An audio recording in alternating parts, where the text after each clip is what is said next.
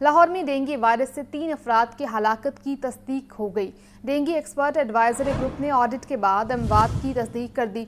लाहौर में डेंगू बुखार से 2 अमवात प्राइवेट अस्पतालों में हुई। डेंगू बुखार से 1 मौत मियो अस्पताल में रिपोर्ट हुई। तफसीलात जानेंगे मोहम्मद बिलाल से। बिलाल, बताइएगा। जी बिल्कुल, लाहौर समेत पंजाब भर में डेंगू से मुतासरा जो मरीज हैं इस वक्त सामने आ रहे हैं, जबकि आज लाहौर में डेंगू वायरस से 3 अफराद की हलाकत की तस्दीक भी कर दी गई है। डेंगू एक्सपर्ट एडवाइजरी ग्रुप जो कि डियाग बनाया गया है, उसने अपने ऑडिट के बाद अमवात की जो तस्दीक है ये कर दी गई है, जिसमें बताया ये गया कि लाहौर में डेंगू बुखार से 2 अमवात प्राइवेट अस्पतालों में हुई है, जबकि डेंगू बुखार से 1 मौत अस्पताल में रिपोर्ट हुई है। जबकि पंजाब में मजमूई तौर पर अब तक रवां साल में डेंगू से 3 अमवात रिपोर्ट हो चुके हैं। इस वजह से जो तिब्बी माहिरीन है और खासकर जो डियाग की तरफ से कहा जा रहा है कि जो रवां माह डेंगू वायरस के मरीज हैं इसमें इजाफा हो सकता है, लिहाजा शहरियों को चाहिए कि जो डेंगू के SOPs बनाए गए हैं इस पर अमल करें और बुखार ज्यादा होने की सूरत में मुस्तनद डॉक्टर या सरकारी अस्पतालों में अपना इलाज मुआवजा करवाएं। जी ठीक है बिलाल, आपका शुक्रिया। लाहौर समेत पंजाब भर की फजाएं दिन भर आलूदा तरीन रहीं। लाहौर, सियालकोट, मुल्तान, गुजरावाला और फैसलाबाद शदीद आलूदगी की लपेट में रहे। दिन के औकात में फैसलाबाद 714 की औसतन AQI के साथ शदीद आलूदा शहर रहा। लाहौर का औसतन AQI 251 से 193 के दरमियान रहा। मजीद बता रहे हैं सुहेल कैसर। सुहेल, बताइएगा।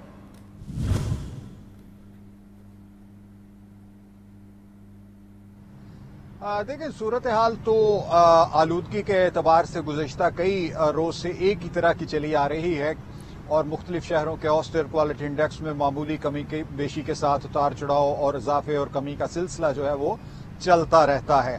लेकिन आज लाहौर को अगर एक तरफ भी कर दें तो मुतअद्दिद जो दीगर शहर हैं वहां पर आलूदगी के एतबार से सूरत हाल काफी खराब रही और हम ये कह सकते हैं कि आलूदगी ने तो जैसे पंजाब में मुस्तकिल डेरे ही डाल लिए हैं।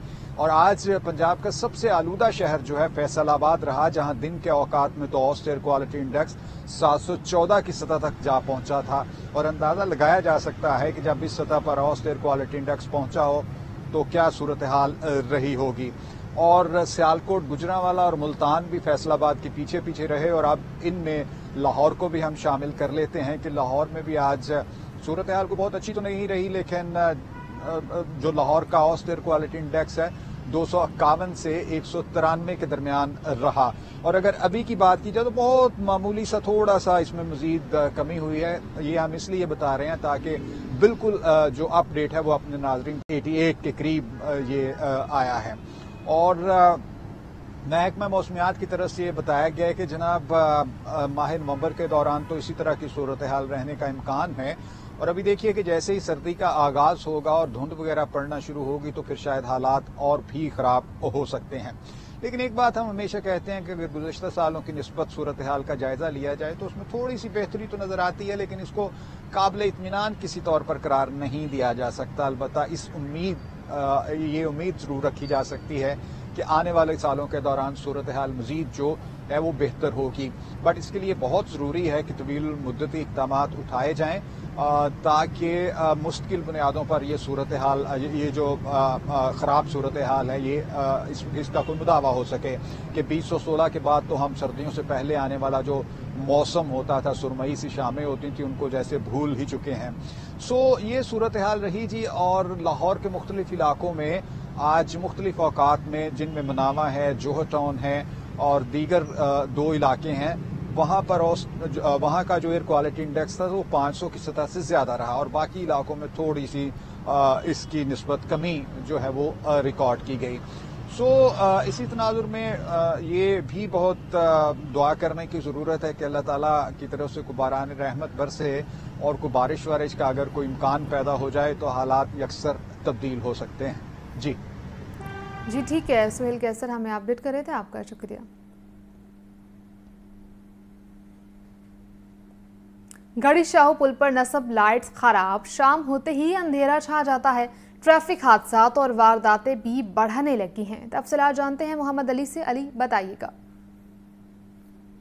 जी, मैं लाहौर के गढ़ी शाहू पुल पे मौजूद हूँ और ये पुल जो है वो साबिक़ा इतवार में बनाया गया है।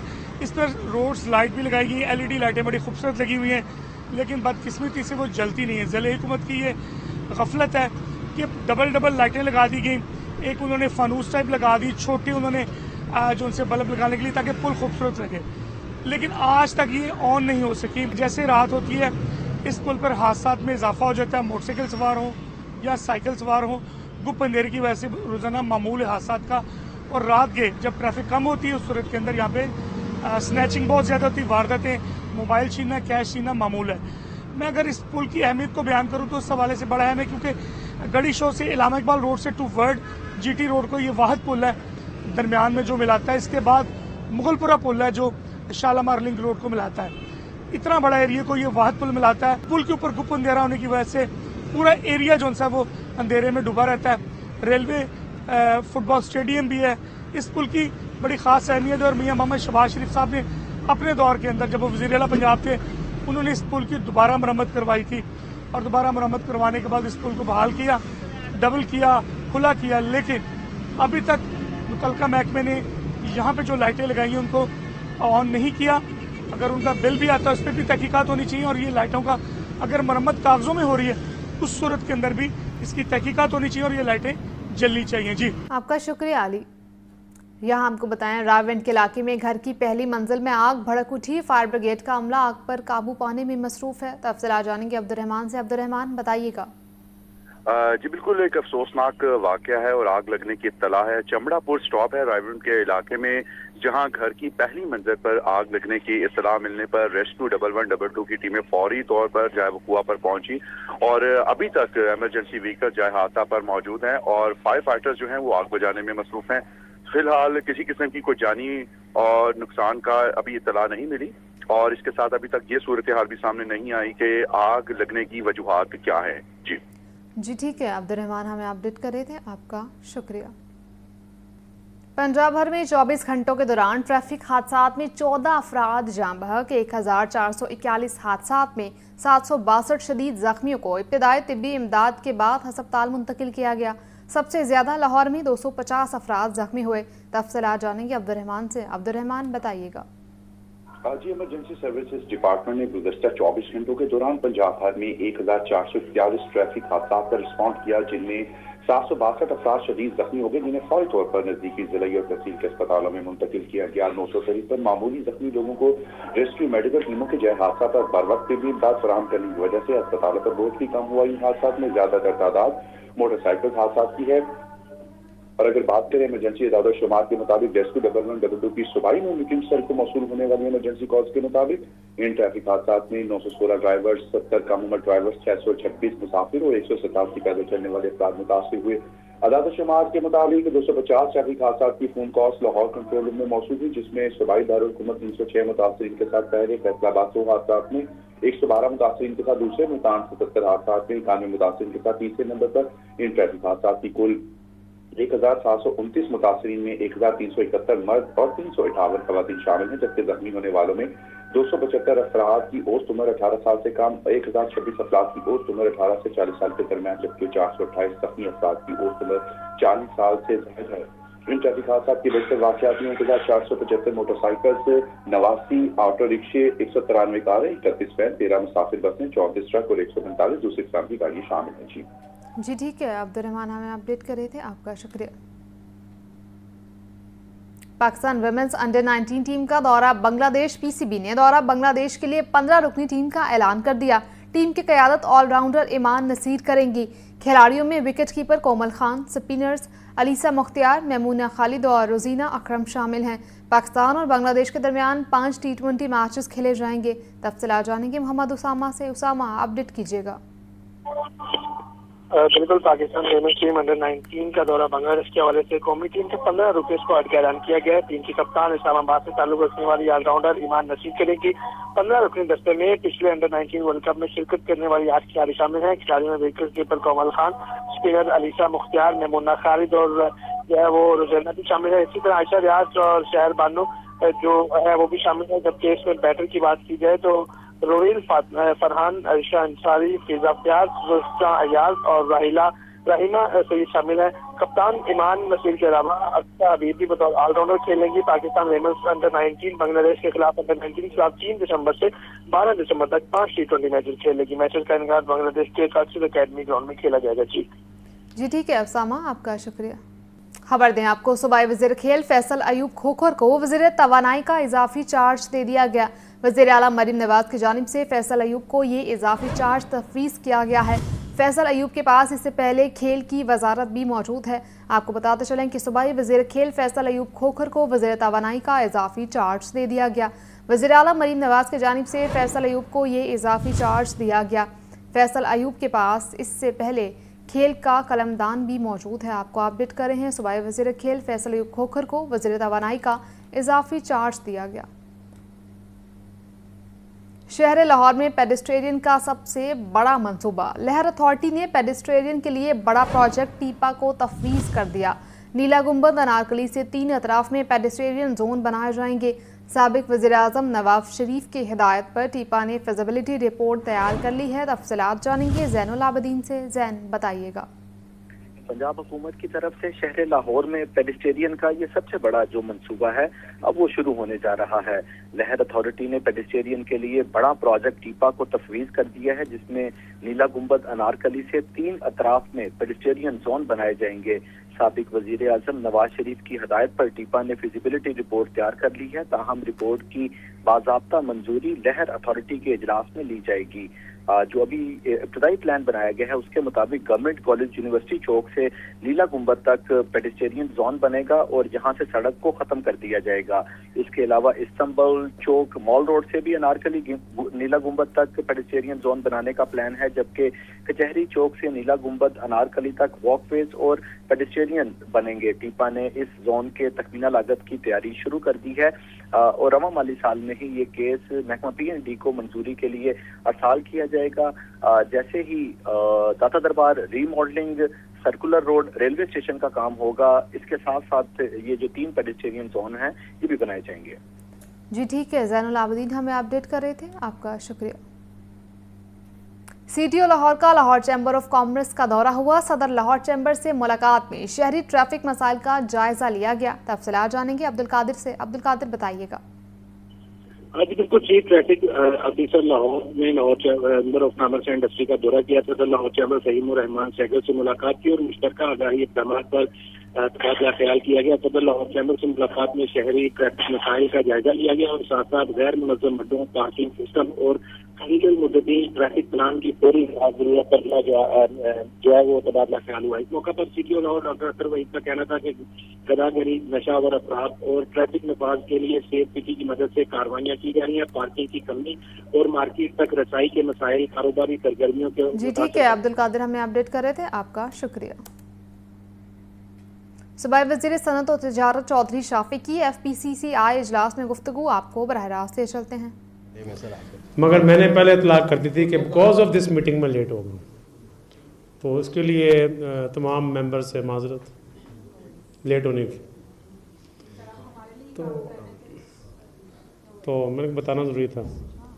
तो दूसरा ये है कि तकरीबन as minister for industries, commerce and investment 2 साल हो गए हैं, तो उसमें मैं बताना चाहूँगा और काफ़ी बिजनेसमैन के माइंड में भी है, जो एक मेन इशू होता था और बस वो आप समझेंगे 5% ही रह गया। उसमें यह था कि प्लॉट इंडस्ट्रियल फ्री जोन्स में प्लॉट लेके रखे जाते थे और 5-5 साल 10-10 साल के लिए प्लॉट जो है रखे हुए हैं। अब जिस तरह पेडमिक है, जिसमें शेखुपुरा कायद आज़म इंडस्ट्रियल स्टेट है, बलवार इंडस्ट्रियल स्टेट, रेंगर खान industrial state, Vehari industrial state, ये सारे जो इंडस्ट्रियल स्टेट्स हैं, इसमें आप समझेंगे तकरीबन 99% जिन लोगों ने 5-5 साल 10-10 साल से प्लॉट रखे हुए थे, उससे रखे हुए थे कि जब रेट ऊपर जाते थे तो आगे सेल कर देते थे।